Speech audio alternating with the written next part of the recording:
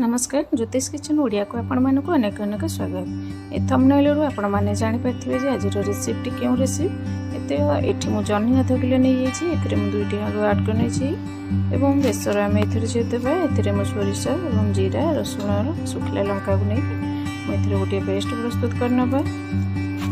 पूर्वरु जन्नी पुस्तक वीडियोटी आपण ने बहुत सारा भल पाइबा दैथेरु अनेक अनेक धन्यवाद।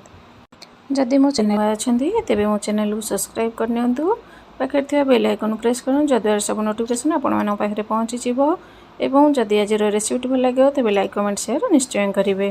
एबे चलतु ए मुझे पानी दे आपको प्रथम बतुरे नवा बतुरे सारापर कि समय आपको आम भल भाव बाटी आनिबा। एथिरे मु गोटे टमाटो को एमती पूरा छोट छोट पीस काटि नहीं जह्नीर चोपा गुड़ी को छड़े नवा। जह्नी को आपण मैंने काटिला बेले ध्यान देवे जह्नी जपरी पिता न होता है तेणुक आम कौन करा टी चाखीदेव चाखिला आम देखा यह पिता अच्छे कि नहीं। जब आम चेक न करवा तेज तरकारी आमर बहुत खराब हो। आम बेसर को बाटी नहीं बेसर को बाटी नेला आम गैस फ्लेम ऑन करिकी आम कड़ाई को बसई नवा।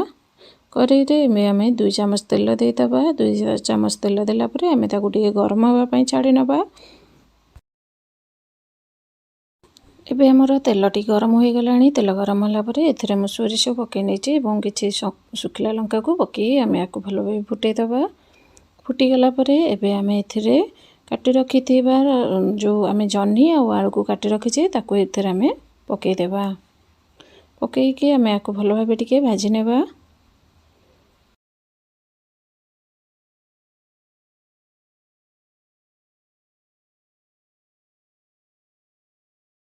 एबे आम एथिरे हलदी आ लुण को एथिरे पकई नेबा। गैस रो फ्लेम को आम ए टाइम रे हाई ही रखिथिबा कहीं जह्नी रो बहुत पानी बाहर थाए।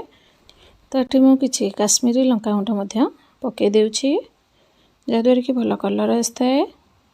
भाजी नेबा आपण एठी स्वाद अनुसार लुण देबे। एबे आम ए सब को भल भाव मिक्स करी टिके भाजी नबा। घुड़े घुड़े मझे आम या भल भाव तो एठी आम टिके कभर करी आम या भल भाव टिके सिझिला जाए टिके भाजी नबा। एबे देखंतु हमर जह्नी गुड़िक नरम हो गलानी। एबे हमर एथिरे कोनोसी पानी भी नहीं भल भाव पानी मर सारानी। एबे आम गैस रो फ्लेम को से भली हाई रखी एबे आम बाटी रखिथा बेसर को देदबा। आपण एठी ध्यान रखिबे जे जितेबाला आपण बेसर देबे से टाइम रे गैस रो फ्लेम सब हाई रे ही रखिथिबे नले हमर बेसरटी रागिना लागि थाए। एठी बेसर देला परे आम या सांगे सांगे घांटीबा नहीं आपको आम फुटिया किस समय छाड़देबा। एबे आमर देखंतु बेसर फुटी आसला बेलू मुझे टमाटर जो काटी रखी ताकू ये मुझे तो ये टाइम रे मु किछि पानी दे दोछि। मु जो सोरिष बाटी थी तार किछि पानी मु पिछुड़ी रखी से पानी की मुझे दे दोछि। आपणकर जति पानी अधिक दरकार आप पानी देव किंतु एतिकी पानी कम पानी रहिले जह्नी बेसरटी बहुत भल लगी थाए। एबे देखंतु बेसर आमर भल भाव फुटीगलानी। एबे मु कौन करछि ना से जो पानी रखिली दे सारा परे से आउ टिके फुटीगला परे मु ताकू एबे घांटी नेबी नले तळु से लागि जाई पारे। बहुत खूब समय मध्य आमर ए रेसिपी प्रस्तुत हो जाइछि। आपण माने निश्चय थरे ट्राई करंतु याकू आम भात सहित बहुत टेस्ट लगी थाए। एबे आम आउ किछि समय पई याकू कभर करी टिके सिझिया पई छाड़ी नबा। बेसरटी भल भाबे जह्नी आउ आलू सहित मिसी जिबा पई। एबे चलंतु एथिरे आम किछि धनिया पत्र पकई नेबा। एबे आम आउ किछि समय कभर करनबा। एबे हमर जह्नी तरकारी प्रस्तुत हो सारानी। एबे आम याकू सर्विंग बाउल को काढी नेबा।